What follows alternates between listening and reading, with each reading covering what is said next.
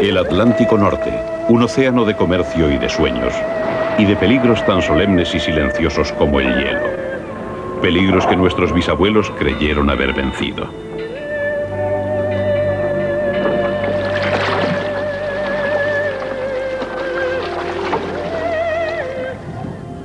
En 1912 zarpa el barco más grande de todos los tiempos, pero lo destruye en su primer viaje un iceberg. En aquellos días anteriores a la radio comercial y a la televisión, las noticias tardan horas en llegar al continente.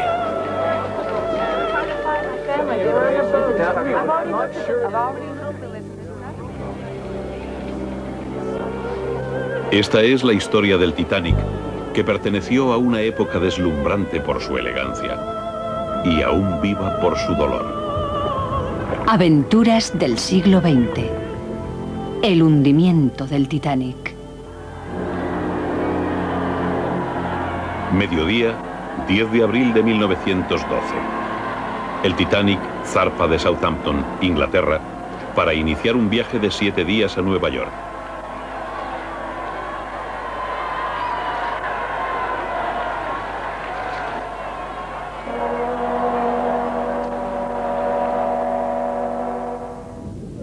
El Titanic está bajo las órdenes del capitán Edward J. Smith, un respetado marino inglés con 40 años de experiencia.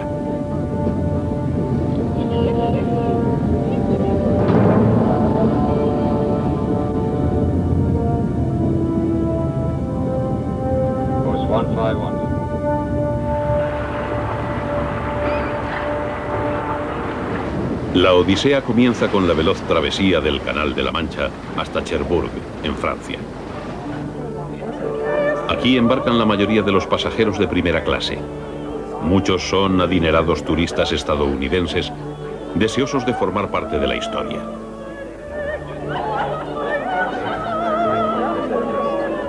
Los viajeros, impresionados, ya lo llaman especial millonarios. Tiene piscina, gimnasio, un café con terraza parisina y camarotes amueblados con antigüedades francesas.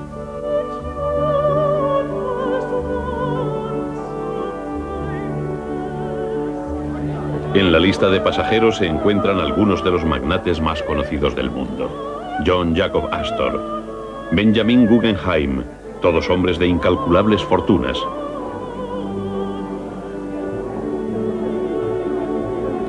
Isidore Strauss y su esposa Aida, propietarios de los grandes almacenes Macy's de Nueva York. Charles H. Hayes, presidente de la Compañía Ferroviaria Transcontinental de Canadá. Altos funcionarios como el mayor Archibald Butt, asesor y confidente del presidente William Howard Taft.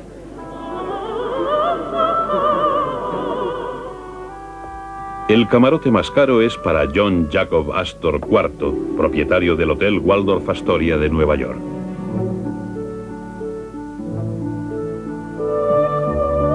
Pero su reputación se ha visto empañada por un escandaloso divorcio y un nuevo matrimonio con la joven de 19 años Madeleine Force.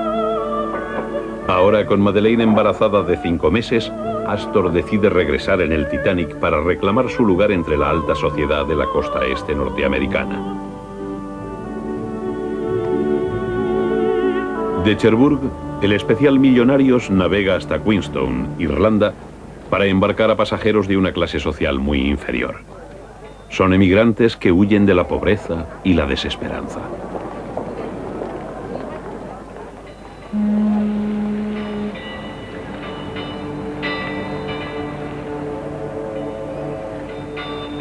Entre los refugiados está la joven de 16 años Kate Gilnagh, segunda de los 10 hijos de una humilde familia de campesinos.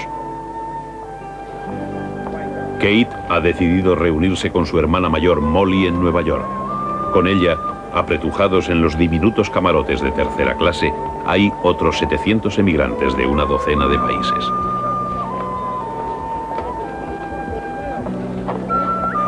Cada camarote tiene 4 camastros con un lavabo, jabón y toallas a compartir. Estos pasajeros más pobres son alojados en las bodegas, 4 pisos más abajo de la cubierta de los millonarios, separados con cuerdas y normas del resto del pasaje, para evitar que contagien a los privilegiados las enfermedades de los destituidos. De hecho, los propietarios del Titanic cuentan con los viajes de inmigrantes para obtener beneficios.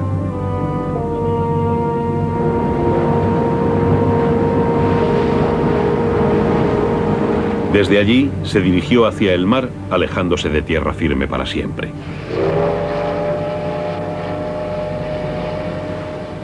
Camino de Nueva York, el Titanic personifica las ambiciones de su propietario, el gigante capitalista John Pierpont Morgan, ya famoso y temido por comprar compañías de ferrocarril y de acero, que ahora busca el dominio de los mares. Pero J.P. Morgan está demasiado enfermo para realizar el viaje inaugural y su enfermedad le salvará la vida.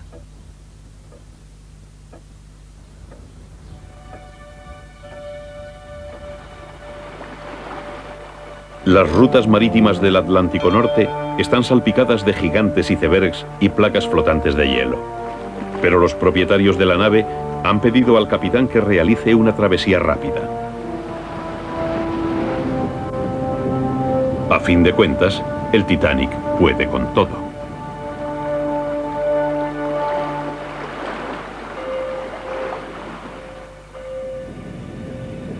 Thomas Andrews, el ingeniero jefe, inspecciona las máquinas. Con una velocidad máxima de 24 nudos y 50.000 caballos de potencia, el Titanic es un orgullo para todos los que han participado en su construcción.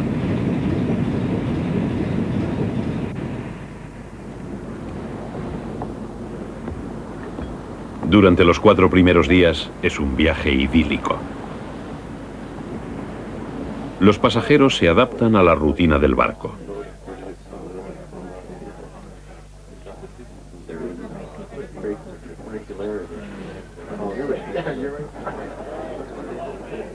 Trajes de etiqueta y cocina continental para unas veladas mágicas.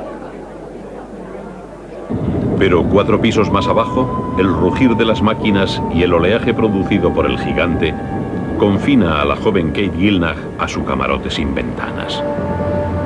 El domingo 14 de abril, el viaje inaugural del Titanic ha superado su ecuador.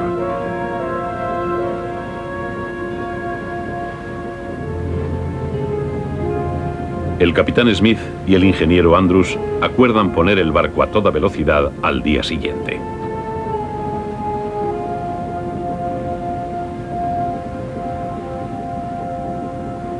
Ahora, Terranova está dentro del alcance de la radio. En 1912, radio significa señales en Morse con tan solo un alcance de unos cientos de kilómetros, y Harold Bride, de 21 años, es el radiotelegrafista. Los pasajeros acaudalados están fascinados con la nueva tecnología y mantienen ocupado a Bride enviando frívolos mensajes a amigos y familiares. El lunes 14 de abril, al atardecer, el especial Millonarios avanza sin novedad.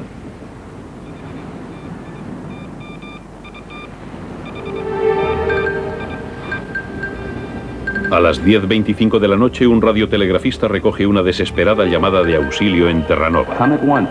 We have struck a bird. It's CQD-OM, position 4146. Los operadores intentan contactar con el enorme barco desde tierra, pero no hay respuesta.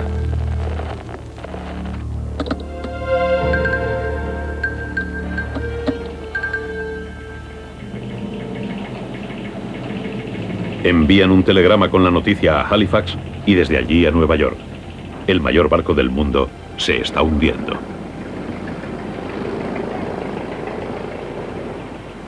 En la sede del New York Times, el director ejecutivo Carl Van Anda debe decidir si significa el final del barco y decide publicarlo en portada.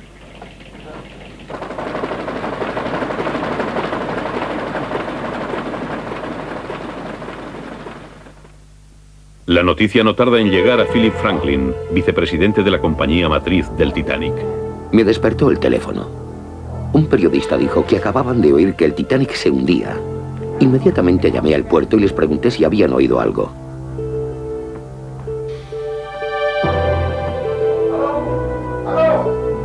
Franklin pasa las siguientes horas llamando frenéticamente para obtener más información.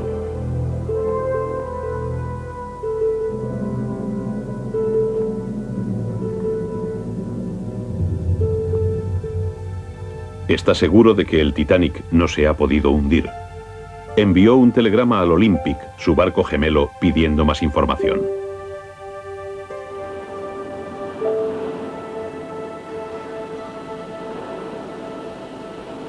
Con una longitud de 4 manzanas y una altura de 11 pisos, el casco estaba fabricado con los metales más fuertes y los compartimentos inferiores eran estancos. Se aseguraba que era insumergible, un término que sus creadores no olvidarían jamás.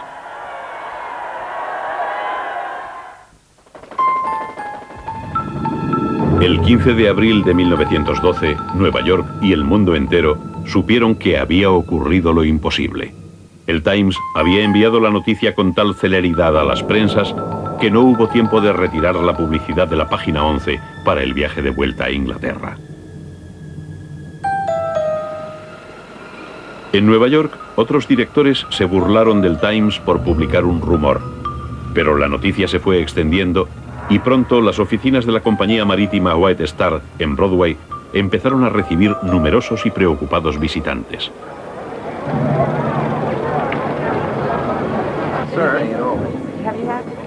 Philip Franklin aseguró a todo el mundo que aunque el Titanic hubiera chocado contra un iceberg, se mantendría a flote con todos sus pasajeros a salvo. Ese barco no se puede hundir, y da igual contra qué haya chocado. La noticia no debe provocar angustia.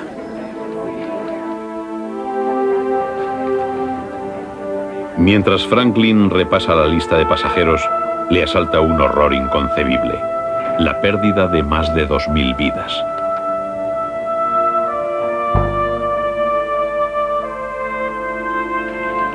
Entretanto, cientos de radiotelegrafistas están a la escucha esperando noticias del Titanic. Pero esa mañana, mientras el Titanic yace partido en dos en el fondo del océano, uno de ellos recibe 2 mensajes marítimos que juntos inspiran nuevas esperanzas y júbilo.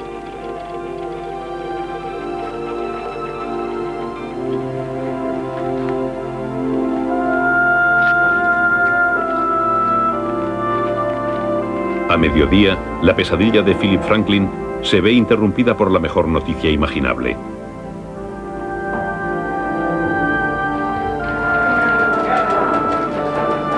Franklin lee el mensaje a los periodistas. Todos los pasajeros del Titanic están a salvo. El Virginia remolca el transatlántico hacia Halifax. Pero lo que nadie sabe es que el operador de radio ha mezclado 2 transmisiones. Una, que están remolcando un viejo petrolero hacia Halifax, y otra, que los pocos supervivientes del Titanic están a salvo a bordo de un barco de rescate.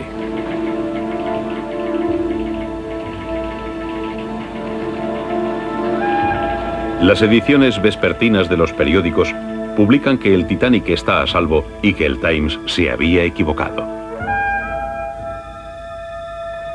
El lunes, Europa se acuesta segura de que el hundimiento del gran transatlántico no es más que un espejismo.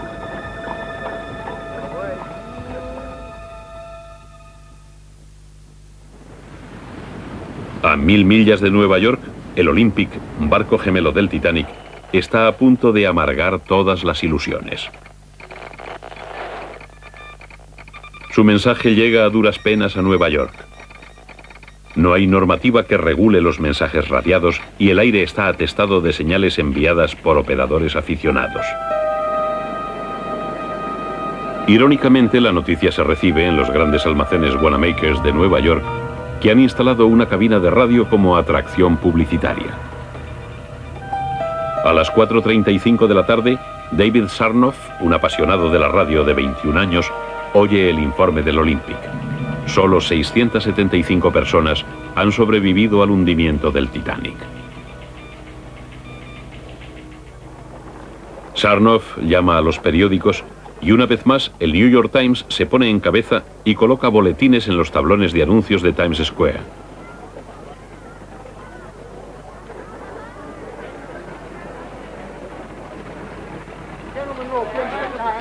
En las oficinas de la compañía White Star, los periodistas rodean a Philip Franklin, sedientos de detalles. Pero este mantiene su sueño. El Titanic no se ha podido hundir porque no se puede hundir.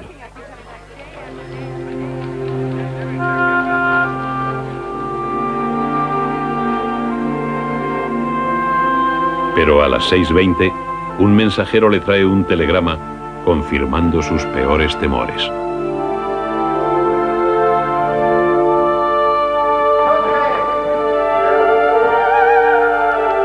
Solo pude leer la primera línea y media, donde decía: el Titanic se hundió a las 2 de la mañana.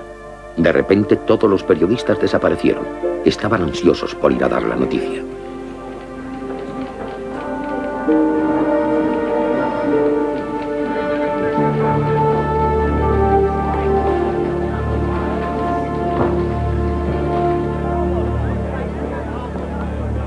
Al anochecer, angustiados familiares de muchos ilustres pasajeros empiezan a llegar a la compañía White Star. Uno de los primeros es Vincent Astor, hijo de John Jacob Astor.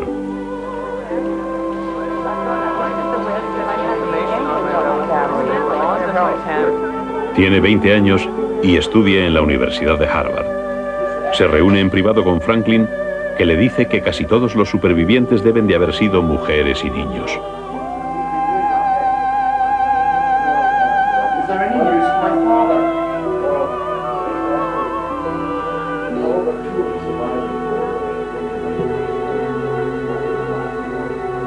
Lo que Franklin no sabe es que han sobrevivido más de 100 hombres.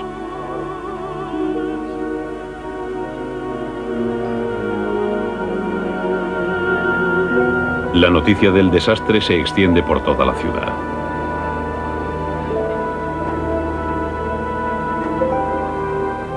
Antes de medianoche, un angustiado presidente Taft envía un telegrama preguntando por su amigo, el mayor Archibald Butt.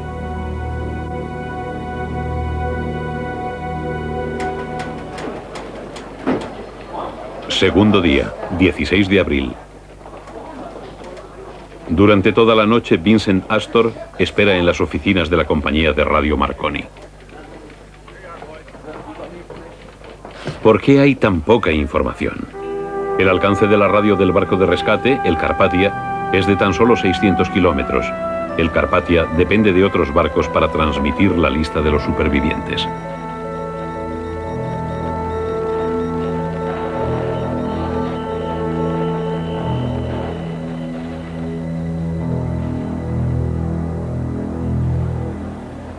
Al amanecer del martes se distribuye la primera lista de supervivientes por toda la ciudad.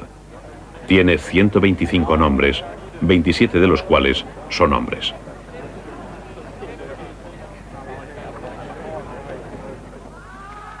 Con tan pocas noticias, los competitivos periódicos neoyorquinos especulan y exageran sobre el suceso.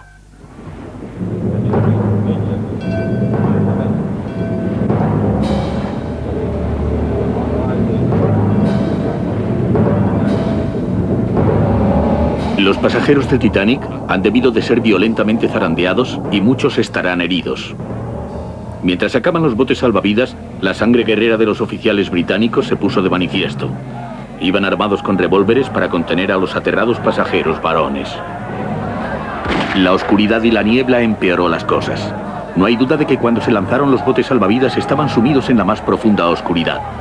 Pero a la tenue luz de los quinqués, los oficiales del Titanic apartaban a los cobardes y ayudaban a mujeres y niños a ponerse a salvo.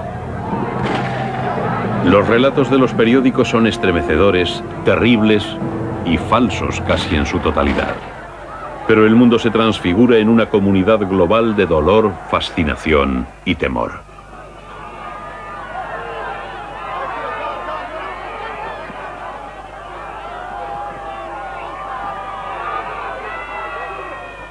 Inglaterra despierta con la terrible noticia. La multitud rodea las oficinas de White Star. Lloyd's de Londres, la compañía aseguradora, se tambalea a causa de las fuertes pérdidas.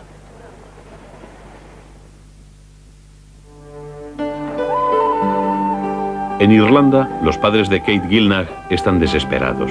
No hay noticias de supervivientes de tercera clase.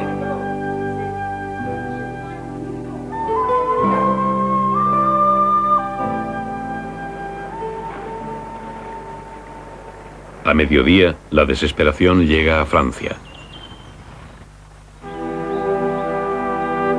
John Pierpont Morgan está en Aix-en-Provence, donde se entera de la noticia la víspera de su 75 cumpleaños.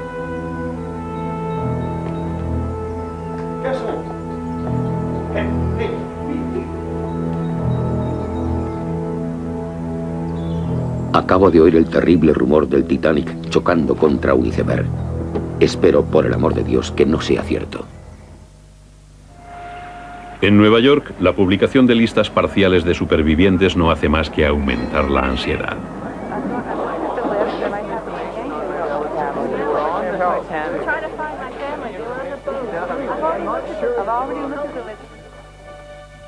Pronto, al dolor personal se une la indignación pública. Las leyes británicas permitieron que el superbarco zarpara con botes salvavidas solo para la mitad de los pasajeros.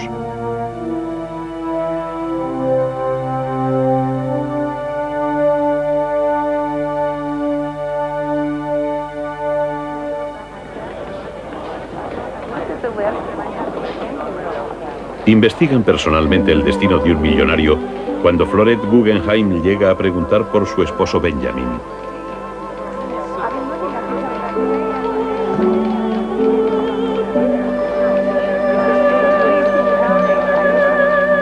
Benjamin Guggenheim es un magnate minero con una fortuna calculada en 85 millones de dólares libres de impuestos, que durante los últimos 8 meses ha estado en París acompañado de una de sus muchas queridas.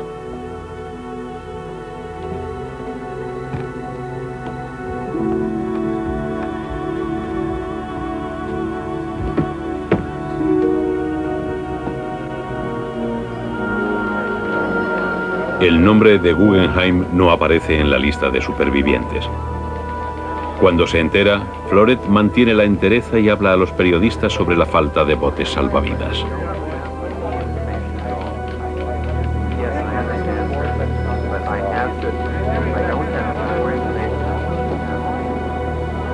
El martes a mediodía se llama a la policía montada para mantener el orden.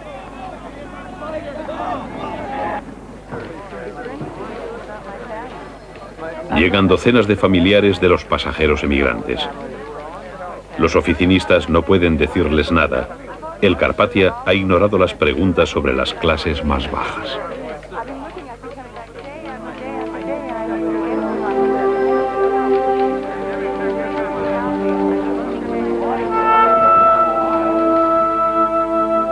En la Casa Blanca, Taft envía 2 barcos americanos para que hagan de estaciones puente para el Carpathia.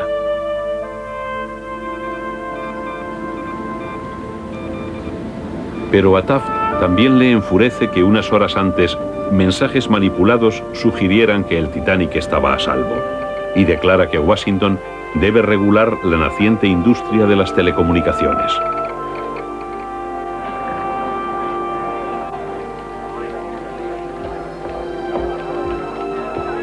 Por la tarde, Vincent Astor, hijo del pasajero más rico del Titanic, busca en las listas de supervivientes.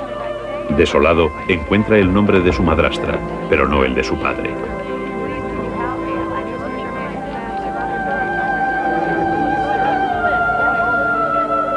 Ahora, al finalizar el martes, en la estación de radio de Cabo Reis, en Terranova, reciben un lúgubre mensaje desde el Atlántico.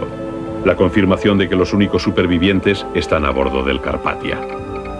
De toda la tripulación solo han rescatado a 4 oficiales y un radiotelegrafista. Ahora no hay duda, ni probabilidad, ni esperanza.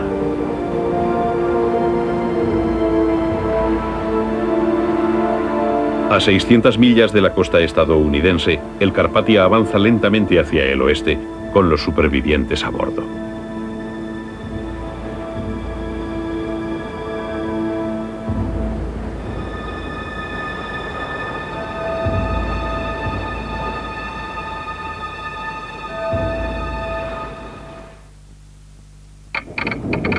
Tercer día. Solo el Carpathia sabe quién ha sobrevivido y quién ha perecido. A Nueva York solo llegan los nombres de los supervivientes acaudalados.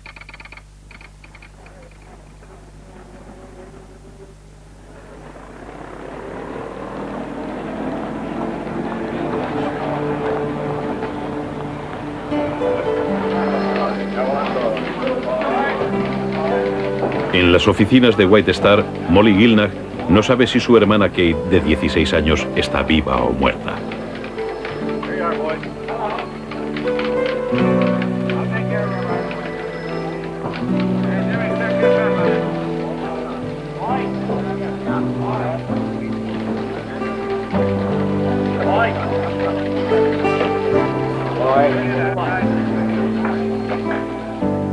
En Washington, el senador Alden Smith ordena una investigación y se dirige a Nueva York para evitar que los oficiales británicos supervivientes de la tragedia escapen de la justicia estadounidense. En Wall Street, el valor de las acciones de la compañía de radio Marconi pasa de 50 a 350 dólares.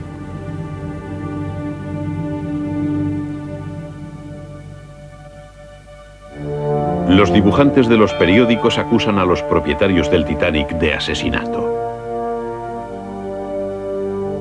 Periodistas y familiares desesperados llegan de todo el continente a Nueva York.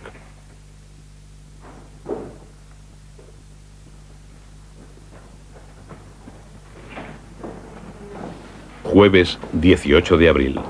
El Carpathia se acerca al puerto de Nueva York. El vicepresidente de White Star, Philip Franklin, se dirige al muelle a enfrentarse a la realidad de las pérdidas.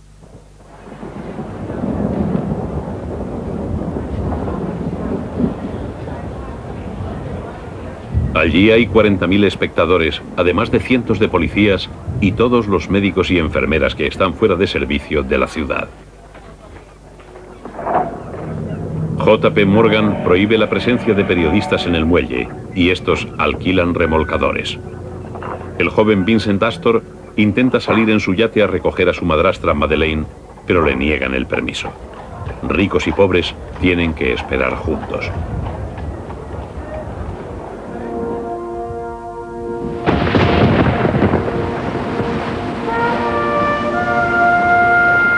A las 8 de la tarde, y bajo una fuerte tormenta, el Carpathia pasa la Estatua de la Libertad.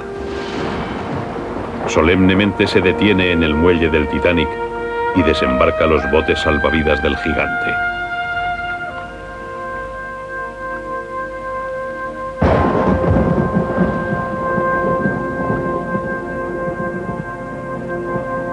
Y ahora, cuando los aturdidos y debilitados pasajeros llegan por fin a tierra, el silencio se ve interrumpido por algunos gritos de júbilo y el llanto amargo de los que no encuentran a nadie.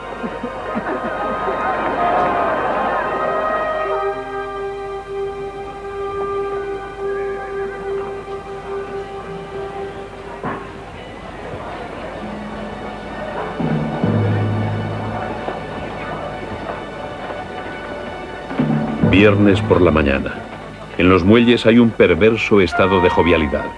Los camareros del Carpathia posan para las cámaras. Al capitán del Carpathia y a su tripulación los aclaman como héroes. Algunos de los supervivientes son auténticos misterios. 2 niños franceses desembarcan sin nombre y presuntamente huérfanos. La exclusiva del siglo es del New York Times. El operador de radio Harold Bride ha sobrevivido sujetándose a un bote salvavidas volcado. Una gran ola se llevó el bote. Yo me había sujetado a la anilla de un remo y me llevó con él. Lo siguiente que recuerdo es que estaba en el bote y este estaba boca abajo. Por $1000 ha vendido su increíble historia a un periodista del Times.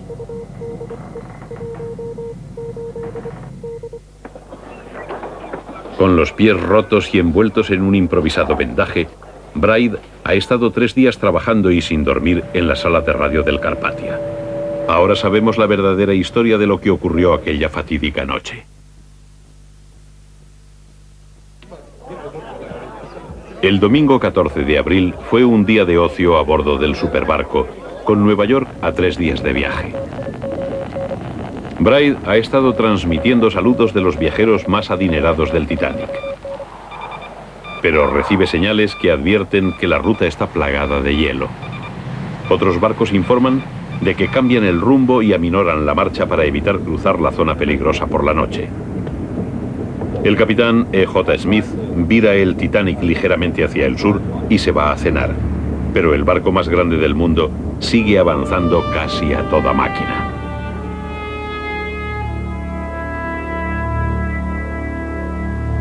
A las 11:35, en una noche despejada, tranquila y sin luna, el Titanic se encuentra con su destino. Los vigías descubren un iceberg justo delante. Inmediatamente el primer piloto, William Murdoch, ordena un brusco viraje y da marcha atrás a toda máquina. Es un error fatídico. El iceberg araña todo el costado del barco.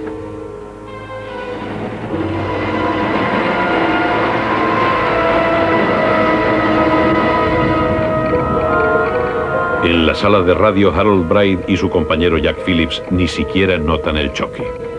Ni siquiera sentí el golpe.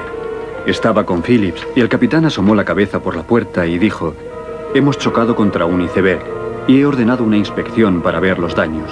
Más vale que se preparen para enviar una petición de ayuda.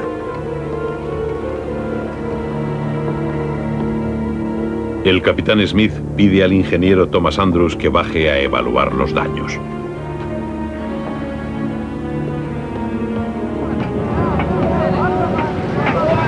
Ya hay agua en las bodegas de carga y está entrando en la sala de calderas número 5.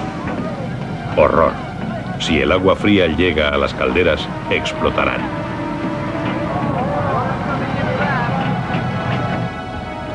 Thomas Andrews conoce cada centímetro del Titanic.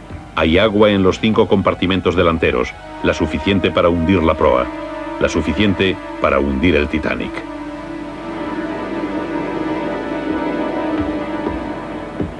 Andrews regresa al puente con la trágica noticia.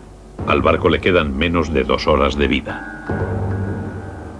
Con calma, el capitán ordena que destapen los botes salvavidas en los que no caben ni la mitad de los pasajeros. Bride y Phillips emiten las primeras llamadas de socorro utilizando una nueva señal internacional, SOS.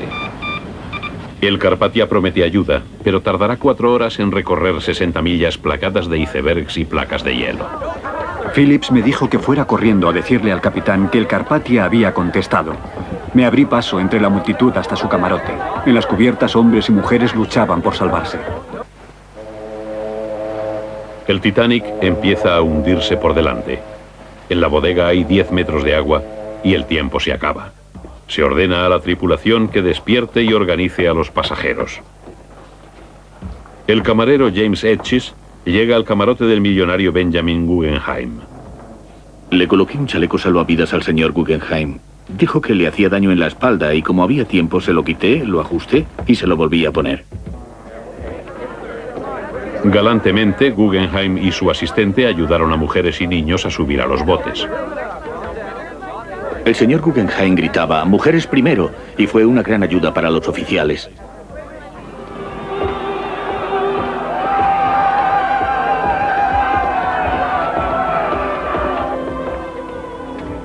Lo que más me sorprendió es que tanto el señor Guggenheim como su asistente iban vestidos de etiqueta. «Llevamos nuestras mejores ropas», dijo él, «y estamos dispuestos a morir como caballeros. Si me ocurriera algo, dígale a mi esposa en Nueva York que he hecho lo posible por cumplir con mi deber».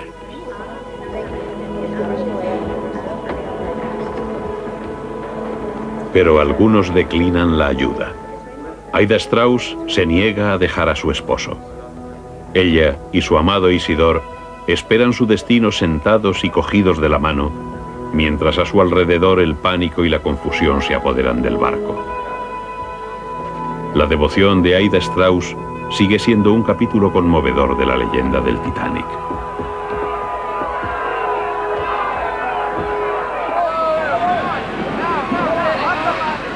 En las bodegas el daño es irreversible. Un miembro de la tripulación muere en el torrente. Es la primera víctima mortal.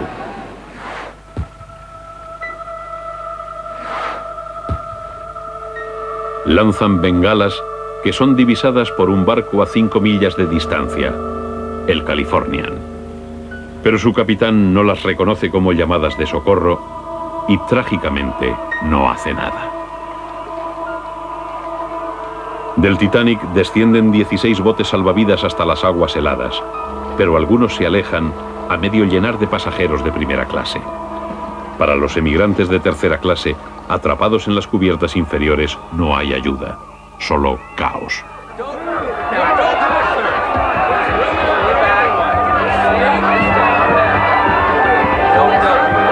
Kate Gilnach estaba en las entrañas del Titanic. Sintió el iceberg al momento.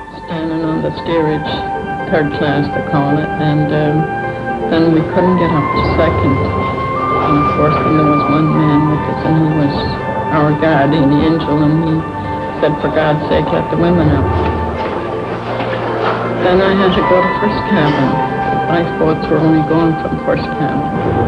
So there was a man on the second deck, and he asked me to go on her shoulder, and I climbed over, and I think it was the last boat that was going out.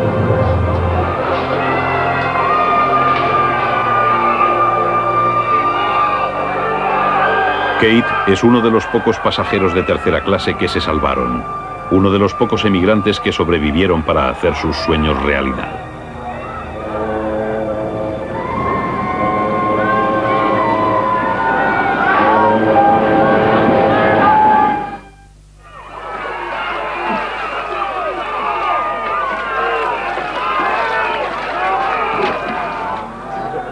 En los elegantes salones del Titanic reinaba la confusión. John Jacob Astor se enfrenta al capitán Smith, que le ordena llevar inmediatamente a su esposa Madeleine a uno de los botes salvavidas.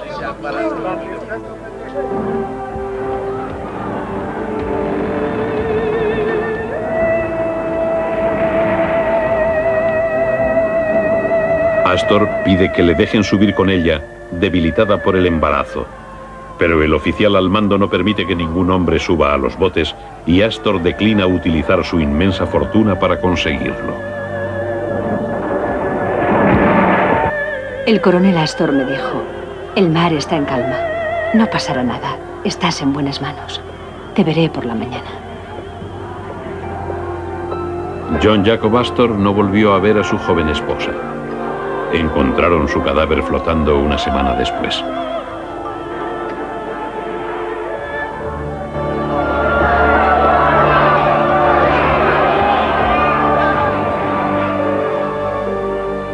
A la 1:55 de la mañana la popa del Titanic se alza en el aire, pero a bordo aún quedan 1.500 personas. 10 minutos después bajan el último bote.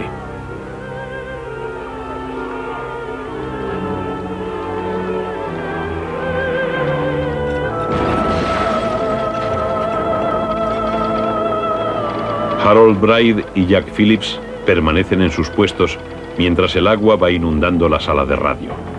Jamás olvidaré el trabajo de Phillips en los últimos y terribles 15 minutos. Después oímos la voz del capitán. Muchachos, han cumplido con su deber. Ya no pueden hacer más. Abandonen el camarote y sálvese quien pueda. El trabajo estaba hecho, aunque ningún mensaje radiado podía traer la salvación. Sin embargo, muchos hombres, como el magnate del ferrocarril, Charles H. Hayes, estaban convencidos de que el Titanic no podía hundirse.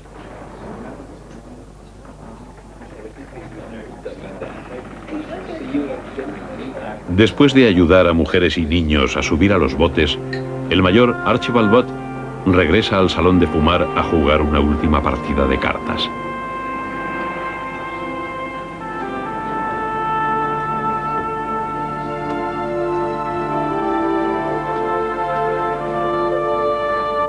En el salón hay otro hombre, solo y silencioso.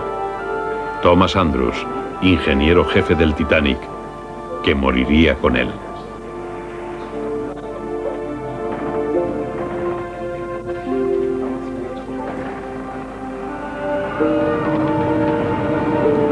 A las 2:18, con 1.500 pasajeros, oficiales y tripulación de todas las clases y religiones aún a bordo, el barco más grande que se ha construido jamás se rinde al Atlántico. Harold Bride que se ha visto arrastrado a las aguas heladas, es testigo de los últimos momentos. La imagen del barco era preciosa. Humo y chispas salían por las chimeneas. Fue girando sobre la proa. La banda seguía tocando. Supongo que toda la banda se ahogó. Todo lo que queda es el mar en completa calma, unos botes salvavidas y las súplicas de ayuda de los que se ahogan. Los gritos de los moribundos continuaron durante horas, acompañados del eco de las voces de un bote salvavidas perdido entre el caos y los restos del naufragio.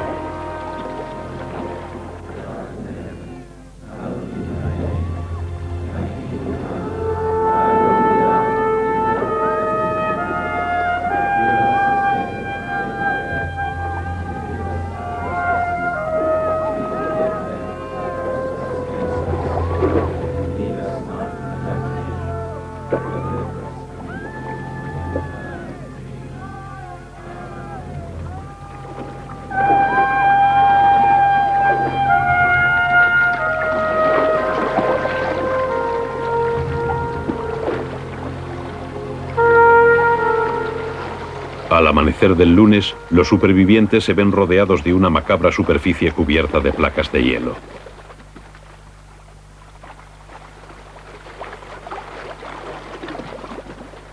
A las 4 de la mañana del 15 de abril, el Carpathia inicia su penosa tarea de rescate. Preparado para acoger a 3.000 personas, solo encuentra 15 botes salvavidas con unas 700.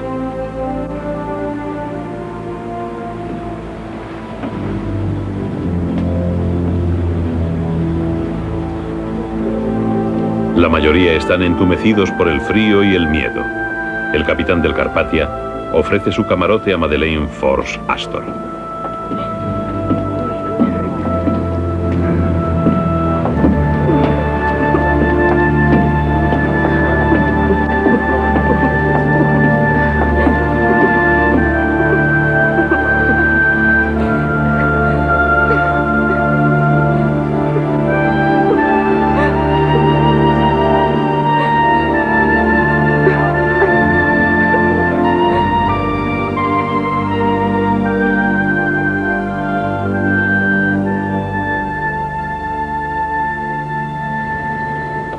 Bride se ha roto los 2 pies en su milagroso escape.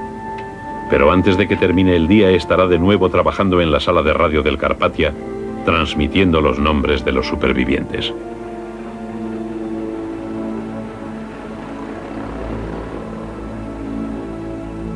Para Florette Guggenheim, el capítulo final se escribe el viernes por la mañana, cuando el camarero James Etches le cuenta la heroicidad de los últimos momentos de la vida de su esposo. Poco después bajaron los últimos botes y el oficial de cubierta me ordenó que me ocupara de un remo. Me despedí del señor Guggenheim con la mano y esa fue la última vez que lo vi.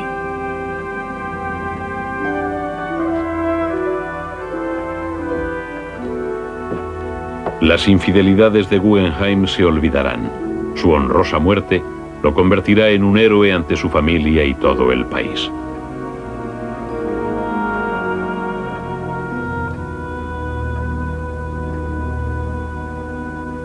Kate Gilnach se reúne con su hermana Molly y se hacen una foto para tranquilizar a sus padres en Irlanda.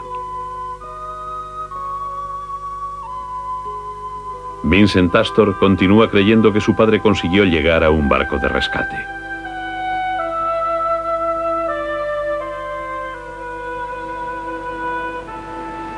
Pero los días siguientes terminan con toda esperanza y llega el terrible momento de repatriar los cadáveres. Un barco forense zarpa de Halifax, Canadá, para recuperar los cuerpos. El Mackay Bennett zarpa con una lúgubre carga, 100 ataúdes de pino y 100 toneladas de hielo.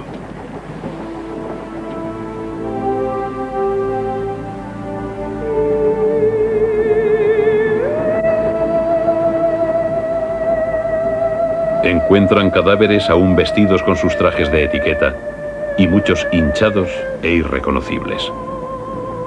Incluso muertos, los pasajeros de primera clase reciben el mejor trato. Son embalsamados y metidos en ataúdes.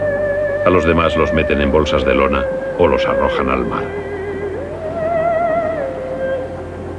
El barco de los muertos regresa a Canadá. Una pista de patinaje se convierte en depósito de cadáveres improvisado y lleno de cajas, cada una con 3 cuerpos. Algunos los reclaman sus familias, que se los llevan a casa. Otros muchos los entierran en Halifax, terminando su viaje en tierra canadiense.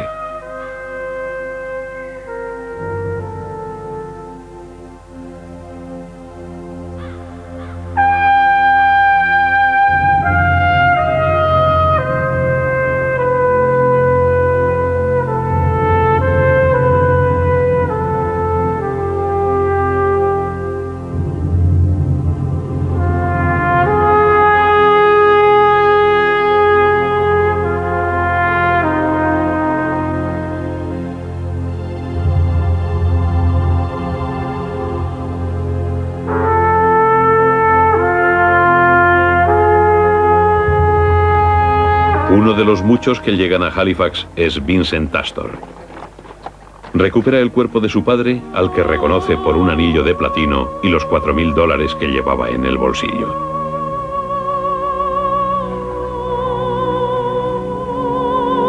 En Nueva York, John Jacob Astor es ensalzado como un héroe y por fin lava su imagen.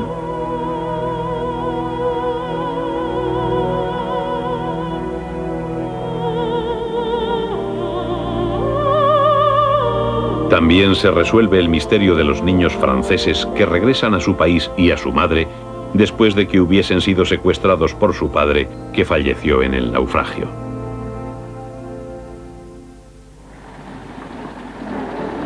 La investigación del Senado se inicia en el Hotel Waldorf Astoria de Astor. El representante de J.P. Morgan en Nueva York, Philip Franklin, presenta su versión de los hechos. Bruce Ismay, el director británico de la compañía, había escapado en uno de los botes salvavidas y le condenan por no hundirse con el barco como tantos otros.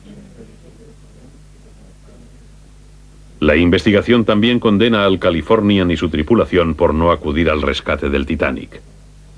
El desastre arruina la reputación de su capitán, Stanley Lord. En Inglaterra, otra investigación condena el ansia de la compañía por la velocidad y el lujo y la fatídica falta de atención a la seguridad.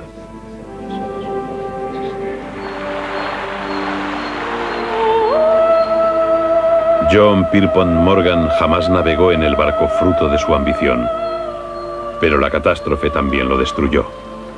El gobierno estadounidense le condena por sus intentos de monopolizar industrias clave. Debilitado y exhausto, el hombre más rico de Estados Unidos muere en 1913.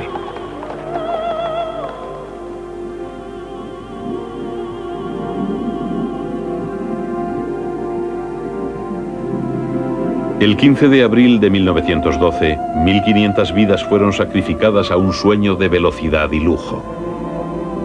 Hoy se cree que la mayor debilidad del Titanic fue el acero, que se volvió quebradizo por el frío y dio lugar a cientos de vías de agua tras el choque mortal.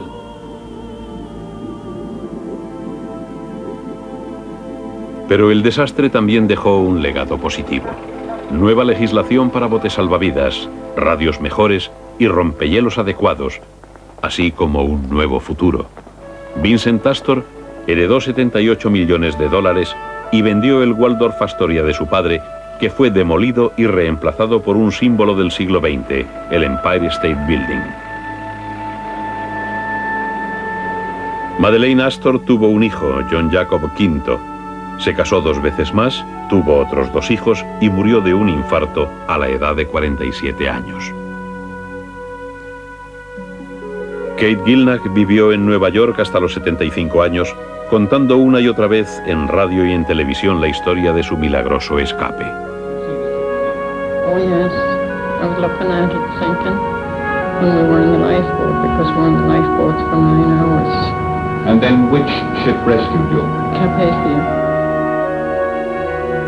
La herencia de Benjamin Guggenheim se repartió entre sus 3 hijas. Peggy utilizó su parte para fundar la famosa colección Guggenheim de arte contemporáneo. Guglielmo Marconi vio cómo la radio se convertía en el primer medio de comunicación de masas del siglo XX.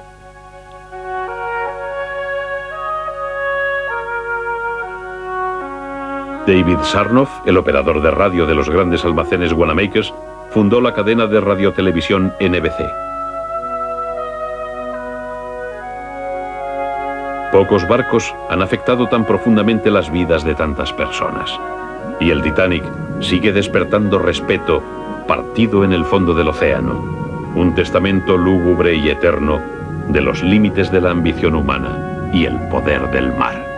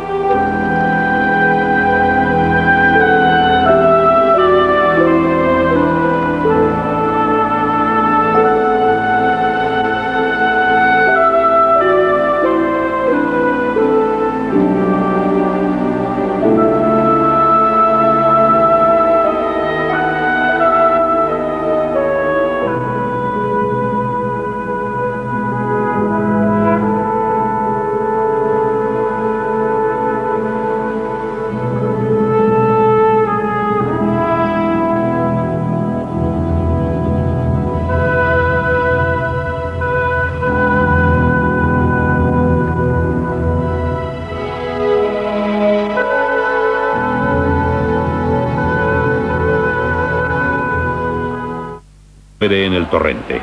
Es la primera víctima mortal.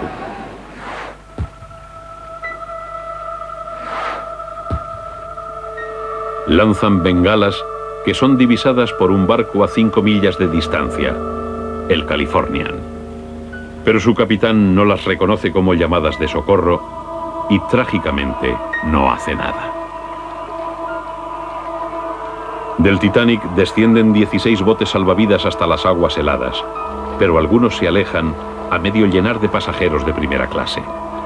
Para los emigrantes de tercera clase, atrapados en las cubiertas inferiores, no hay ayuda, solo caos.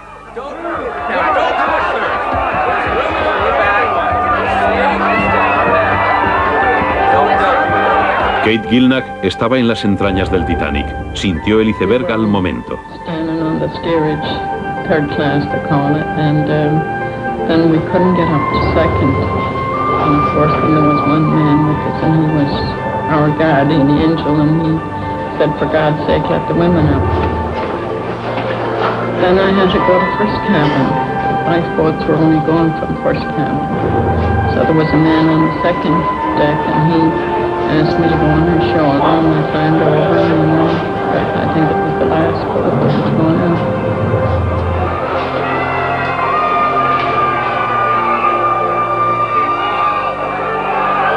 Kate es uno de los pocos pasajeros de tercera clase que se salvaron, uno de los pocos emigrantes que sobrevivieron para hacer sus sueños realidad.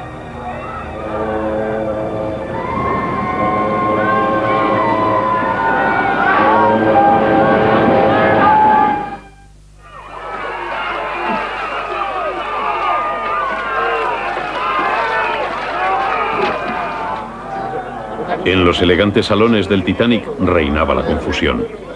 John Jacob Astor se enfrenta al capitán Smith, que le ordena llevar inmediatamente a su esposa Madeleine a uno de los botes salvavidas.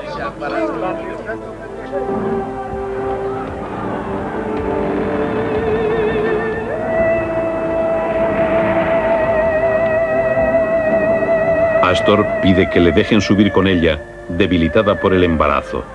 Pero el oficial al mando no permite que ningún hombre suba a los botes y Astor declina utilizar su inmensa fortuna para conseguirlo. El coronel Astor me dijo, el mar está en calma, no pasará nada, estás en buenas manos, te veré por la mañana. John Jacob Astor no volvió a ver a su joven esposa. Encontraron su cadáver flotando una semana después. Ansiedad.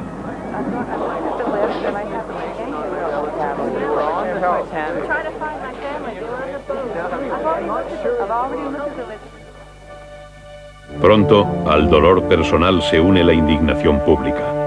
Las leyes británicas permitieron que el superbarco zarpara con botes salvavidas solo para la mitad de los pasajeros.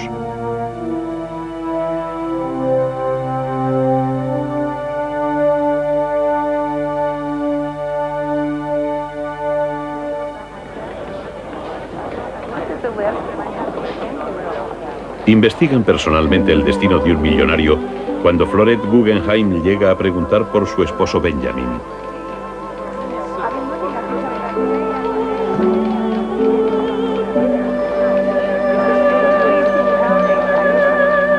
Benjamin Guggenheim es un magnate minero con una fortuna calculada en 85 millones de dólares libres de impuestos, que durante los últimos 8 meses ha estado en París acompañado de una de sus muchas queridas.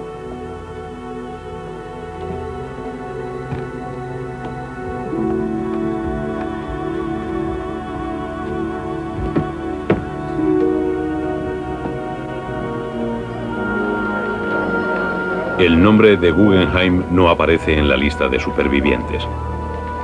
Cuando se entera, Florette mantiene la entereza y habla a los periodistas sobre la falta de botes salvavidas.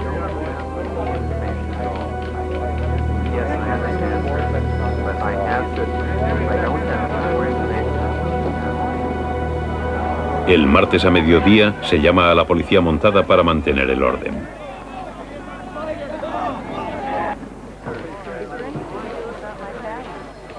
Llegan docenas de familiares de los pasajeros emigrantes. Los oficinistas no pueden decirles nada. El Carpathia ha ignorado las preguntas sobre las clases más bajas.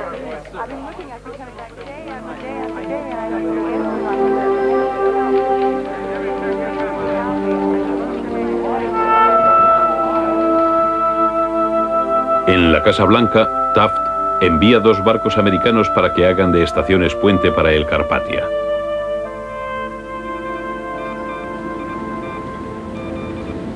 Pero a Taft también le enfurece que unas horas antes mensajes manipulados sugirieran que el Titanic estaba a salvo, y declara que Washington debe regular la naciente industria de las telecomunicaciones.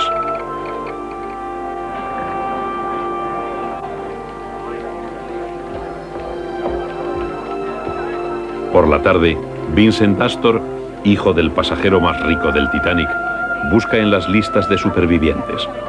Desolado, encuentra el nombre, la suficiente para hundir el Titanic.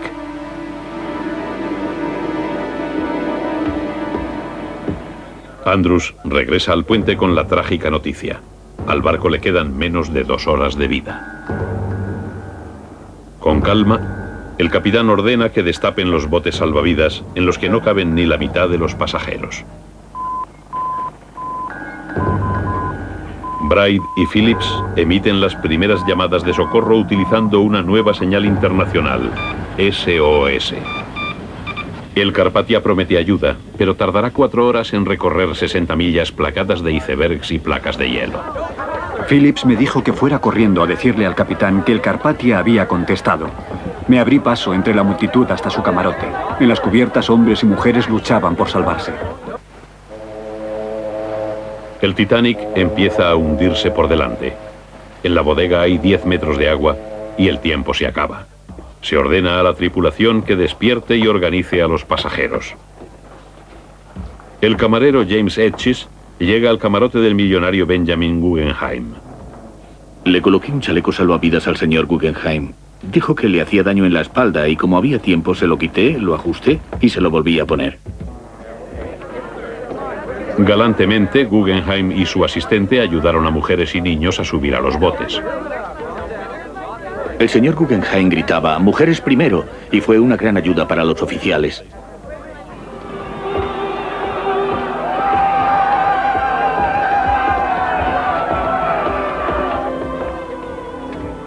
Lo que más me sorprendió es que tanto el señor Guggenheim como su asistente iban vestidos de etiqueta.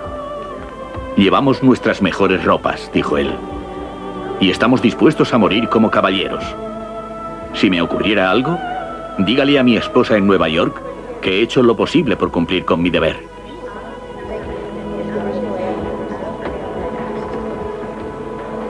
Pero algunos declinan la ayuda. Aida Strauss se niega a dejar a su esposo. Ella y su amado Isidor esperan su destino sentados y cogidos de la mano, mientras a su alrededor el pánico y la confusión se apoderan del barco. La devoción de Aida Strauss sigue siendo un capítulo conmovedor de la leyenda del Titanic.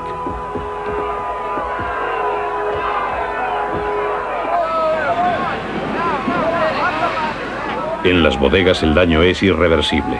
Un miembro de la tripulación muere en el torrente. Es la primera víctima mortal.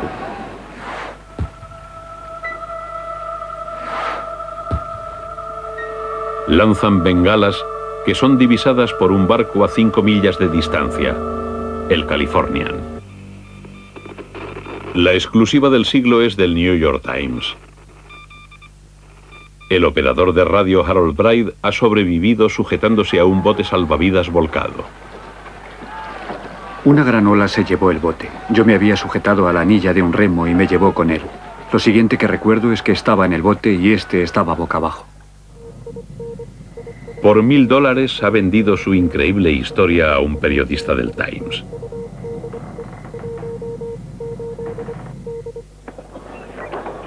Con los pies rotos y envueltos en un improvisado vendaje, Bride ha estado 3 días trabajando y sin dormir en la sala de radio del Carpathia. Ahora sabemos la verdadera historia de lo que ocurrió aquella fatídica noche. El domingo 14 de abril fue un día de ocio a bordo del superbarco, con Nueva York a 3 días de viaje.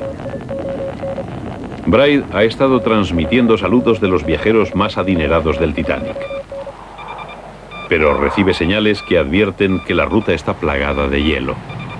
Otros barcos informan de que cambian el rumbo y aminoran la marcha para evitar cruzar la zona peligrosa por la noche. El capitán E.J. Smith vira el Titanic ligeramente hacia el sur y se va a cenar, pero el barco más grande del mundo sigue avanzando casi a toda máquina.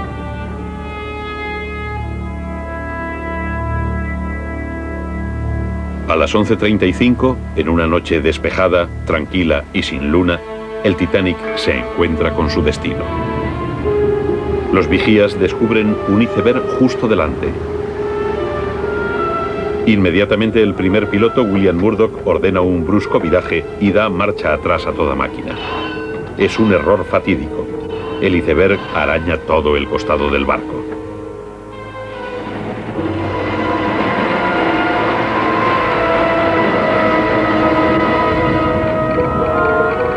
En la sala de radio, Harold Bride y su compañero Jack Phillips ni siquiera notan el choque. Ni siquiera sentí el golpe. Estaba con Phillips y el capitán asomó la cabeza por la puerta y dijo: hemos chocado contra un iceberg y he ordenado una inspección para ver los daños. Más vale que se preparen para enviar una petición de ayuda.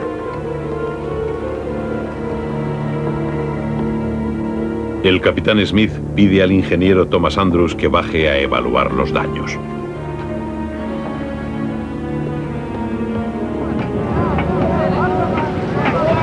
Ya hay agua en las bodegas de carga y está entrando en la sala de calderas número 5. Horror.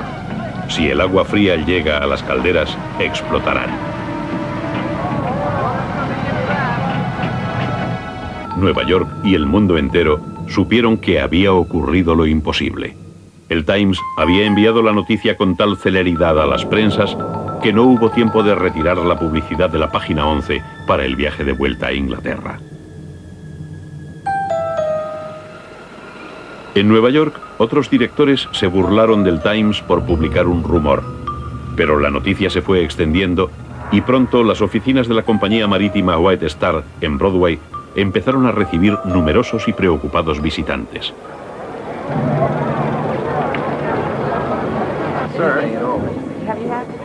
Philip Franklin aseguró a todo el mundo que aunque el Titanic hubiera chocado contra un iceberg, se mantendría a flote con todos sus pasajeros a salvo.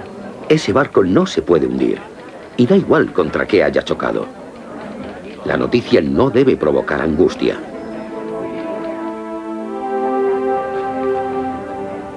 Mientras Franklin repasa la lista de pasajeros, le asalta un horror inconcebible: la pérdida de más de 2000 vidas.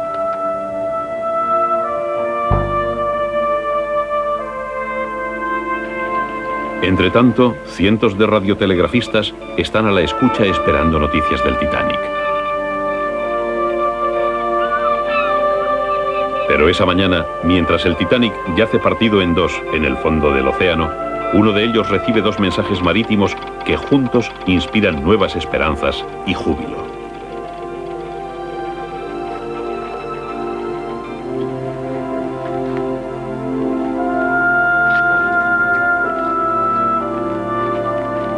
A mediodía, la pesadilla de Philip Franklin se ve interrumpida por la mejor noticia imaginable.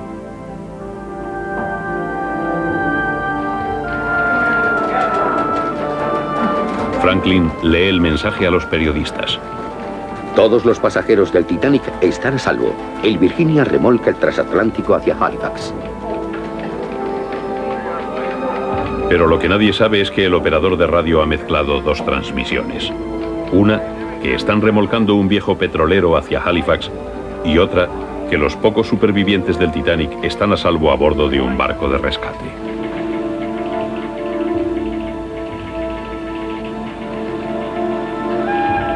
Las ediciones vespertinas de los periódicos publican que el Titanic está a salvo y que el Times se había equivocado.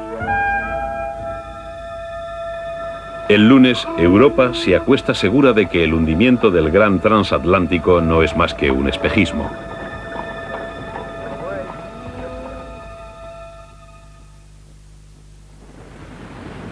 A 1000 millas de Nueva York, el Olympic, barco gemelo del Titanic, está...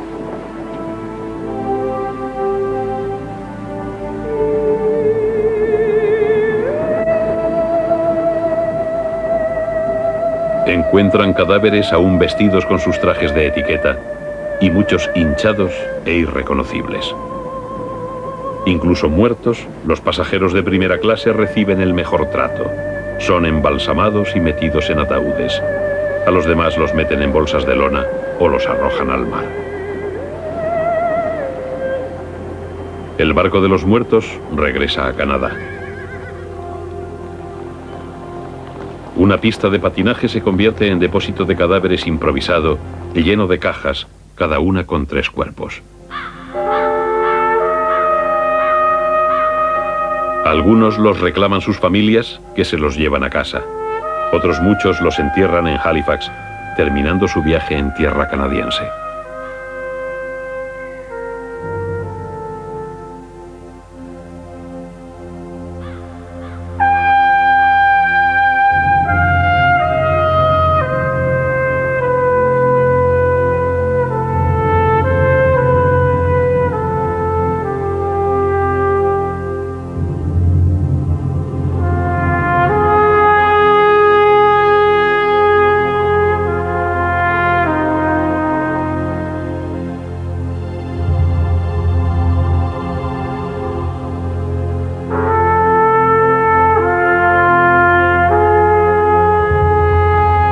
Uno de los muchos que llegan a Halifax es Vincent Astor. Recupera el cuerpo de su padre, al que reconoce por un anillo de platino y los $4000 que llevaba en el bolsillo.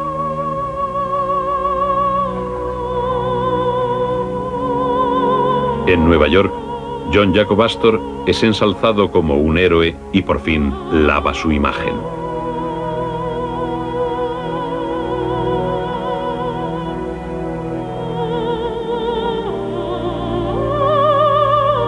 También se resuelve el misterio de los niños franceses que regresan a su país y a su madre después de que hubiesen sido secuestrados por su padre, que falleció en el naufragio.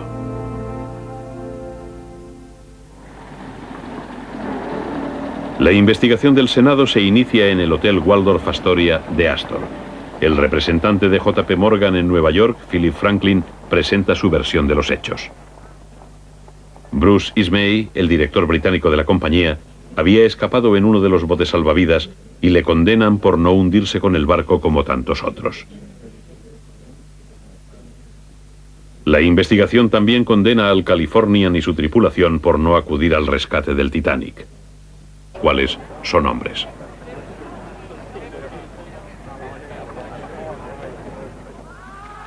Con tan pocas noticias, los competitivos periódicos neoyorquinos especulan y exageran sobre el suceso.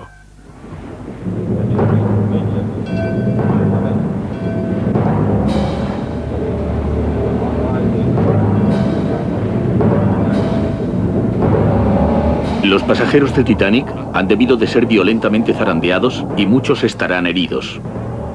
Mientras sacaban los botes salvavidas, la sangre guerrera de los oficiales británicos se puso de manifiesto. Iban armados con revólveres para contener a los aterrados pasajeros varones.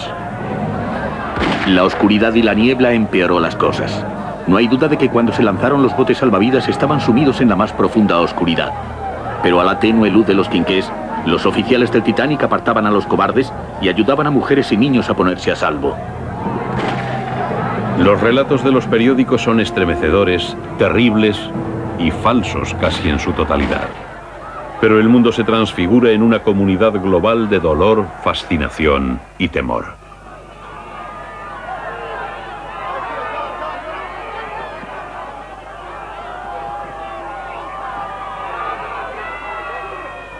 Inglaterra despierta con la terrible noticia. La multitud rodea las oficinas de White Star. Lloyd's de Londres, la compañía aseguradora, se tambalea a causa de las fuertes pérdidas.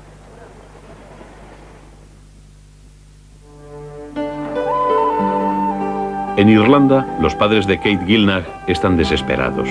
No hay noticias de supervivientes de tercera clase.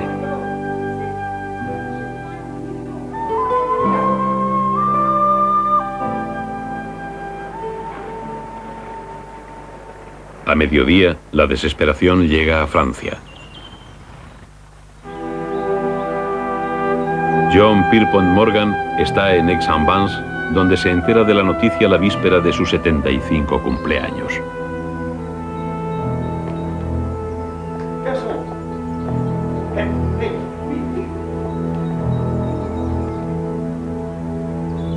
Acabo de oír el terrible rumor del Titanic chocando contra un iceberg. Espero, por el amor de Dios, que no sea cierto. En Nueva York, la publicación de listas parciales de supervivientes no hace más que aumentar la ansiedad.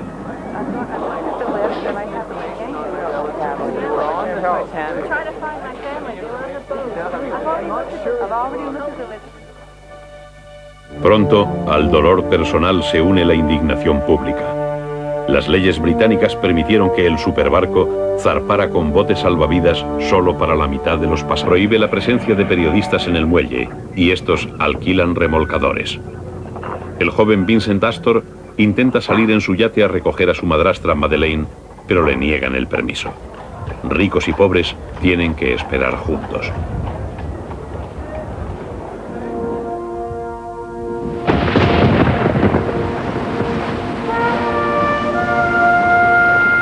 A las 8 de la tarde, y bajo una fuerte tormenta, el Carpathia pasa la Estatua de la Libertad. Solemnemente se detiene en el muelle del Titanic y desembarca los botes salvavidas del gigante.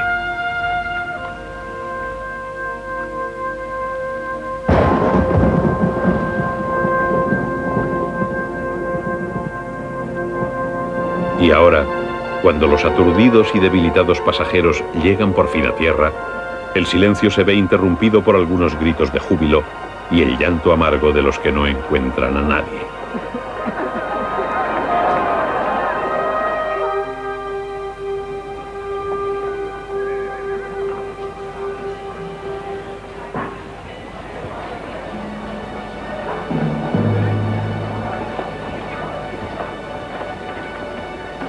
Viernes por la mañana. En los muelles hay un perverso estado de jovialidad. Los camareros del Carpathia posan para las cámaras. Al capitán del Carpathia y a su tripulación los aclaman como héroes. Algunos de los supervivientes son auténticos misterios. 2 niños franceses desembarcan sin nombre y presuntamente huérfanos. La exclusiva del siglo es del New York Times. El operador de radio Harold Bride ha sobrevivido sujetándose a un bote salvavidas volcado. Una gran ola se llevó el bote. Yo me había sujetado a la anilla de un remo y me llevó con él. Lo siguiente que recuerdo es que estaba en el bote y este estaba boca abajo. Por $1000 ha vendido su increíble historia a un periodista del Times.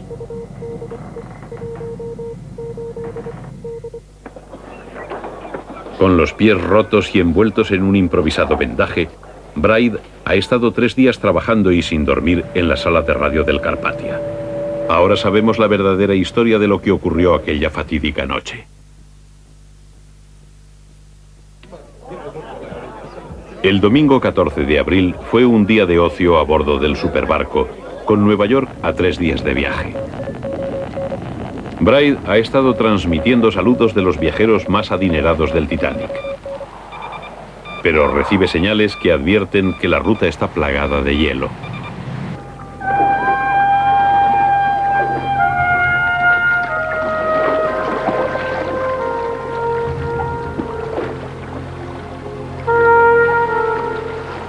Al amanecer del lunes, los supervivientes se ven rodeados de una macabra superficie cubierta de placas de hielo.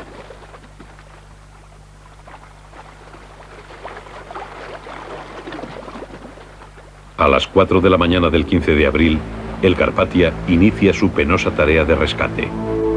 Preparado para acoger a 3000 personas, solo encuentra 15 botes salvavidas con unas 700.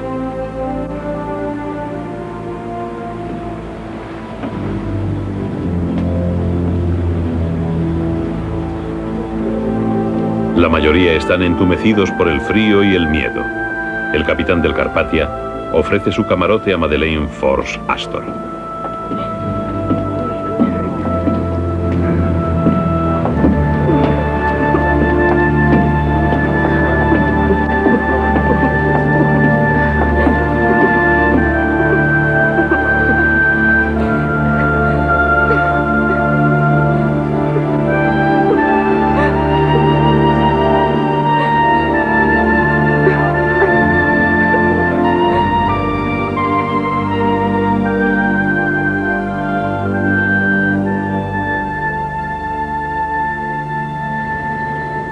Bride se ha roto los 2 pies en su milagroso escape.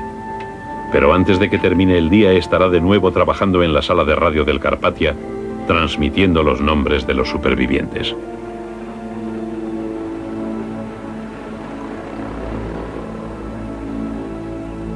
Para Florette Guggenheim, el capítulo final se escribe el viernes por la mañana, cuando el camarero James Etches le cuenta la heroicidad de los últimos momentos de la vida de su esposo. Poco después bajaron los últimos botes y el oficial de cubierta me ordenó que me ocupara de un remo. Me despedí del señor Guggenheim con la mano y esa fue la última vez que lo vi.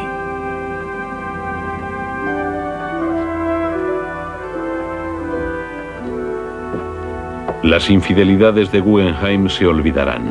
Su honrosa muerte lo convertirá en un héroe ante su familia y todo el país.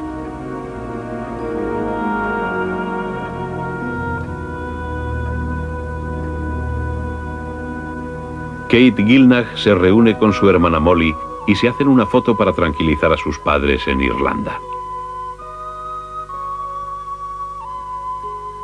Vincent Astor continúa creyendo que su padre consiguió llegar a un barco de rescate.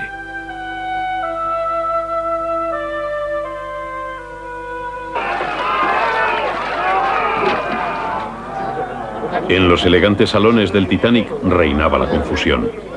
John Jacob Astor se enfrenta al capitán Smith, que le ordena llevar inmediatamente a su esposa Madeleine a uno de los botes salvavidas.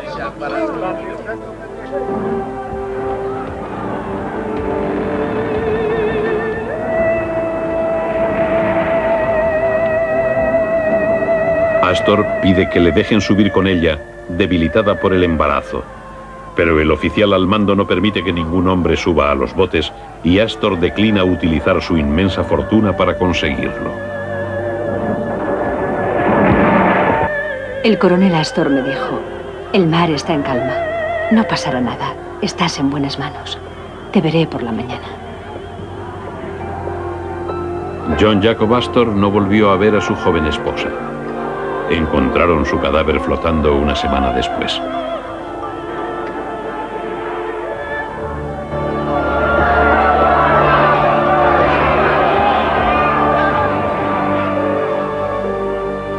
A la 1:55 de la mañana la popa del Titanic se alza en el aire, pero a bordo aún quedan 1.500 personas. 10 minutos después, bajan el último bote.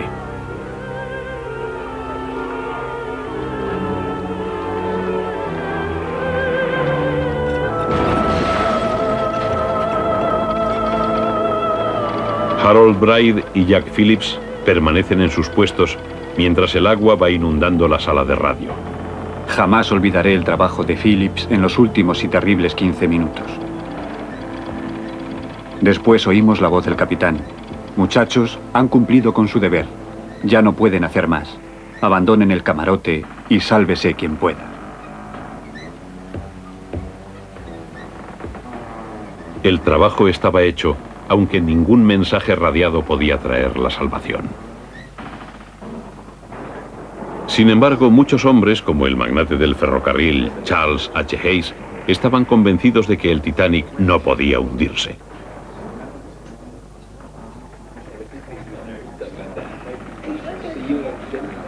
Después de ayudar a mujeres y niños a subir a los botes, el mayor Archibald Butt regresa al salón de fumar a jugar una última partida de cartas.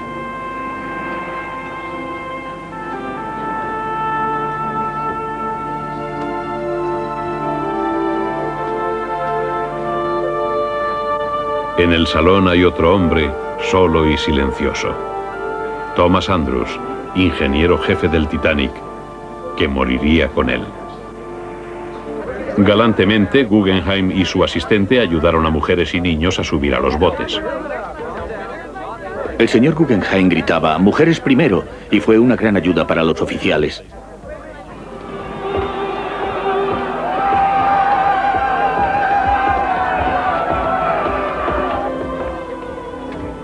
Lo que más me sorprendió es que tanto el señor Guggenheim como su asistente iban vestidos de etiqueta.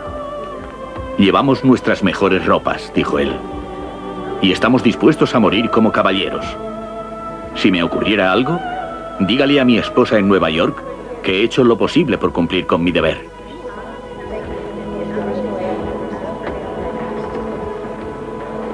Pero algunos declinan la ayuda. Aida Strauss se niega a dejar a su esposo. Ella y su amado Isidore esperan su destino sentados y cogidos de la mano, mientras a su alrededor el pánico y la confusión se apoderan del barco. La devoción de Aida Strauss sigue siendo un capítulo conmovedor de la leyenda del Titanic.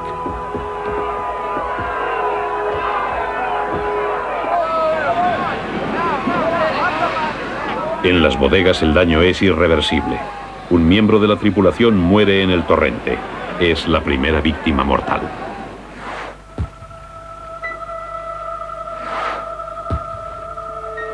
Lanzan bengalas que son divisadas por un barco a 5 millas de distancia, el Californian. Pero su capitán no las reconoce como llamadas de socorro y trágicamente no hace nada. Del Titanic descienden 16 botes salvavidas hasta las aguas heladas, pero algunos se alejan a medio llenar de pasajeros de primera clase.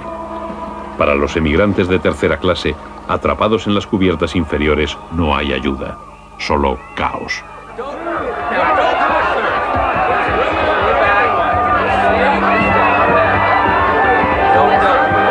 Kate Gilnach estaba en las entrañas del Titanic. Sintió el iceberg al momento. Standing on the steerage, third class they call it, and then we couldn't get up to second. And of course, then there was one man with us, and he was our guardian angel, and he said, "For God's sake, let the women up." Then I had to go to first cabin. Lifeboats were only going from first cabin.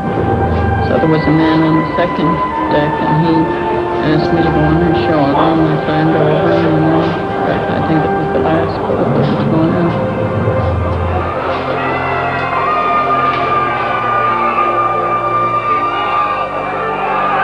Kate es uno de los pocos pasajeros de tercera clase que se salvaron. Uno de los pocos emigrantes que sobrevivieron a la macabra superficie cubierta de placas de hielo.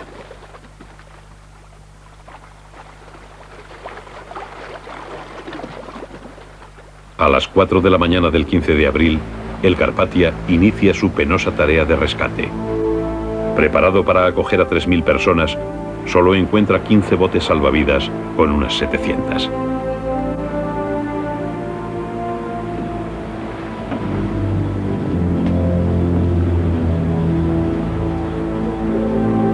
La mayoría están entumecidos por el frío y el miedo.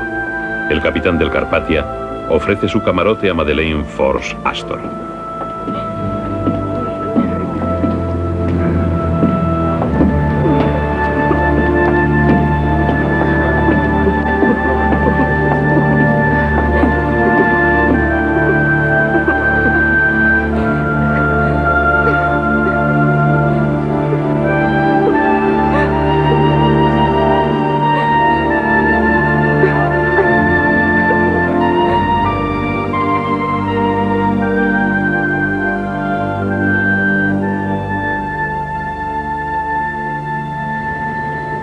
Bride se ha roto los 2 pies en su milagroso escape. Pero antes de que termine el día estará de nuevo trabajando en la sala de radio del Carpathia, transmitiendo los nombres de los supervivientes.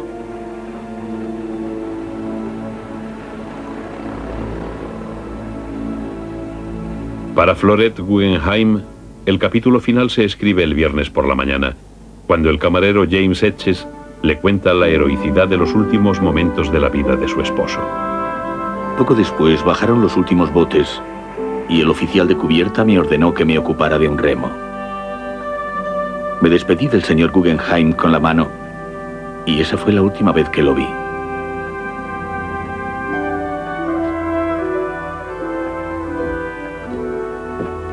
Las infidelidades de Guggenheim se olvidarán.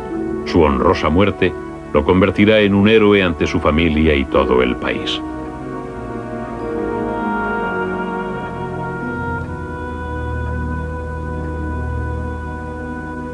Kate Gilnach se reúne con su hermana Molly y se hacen una foto para tranquilizar a sus padres en Irlanda. Vincent Astor continúa creyendo que su padre consiguió llegar a un barco de rescate.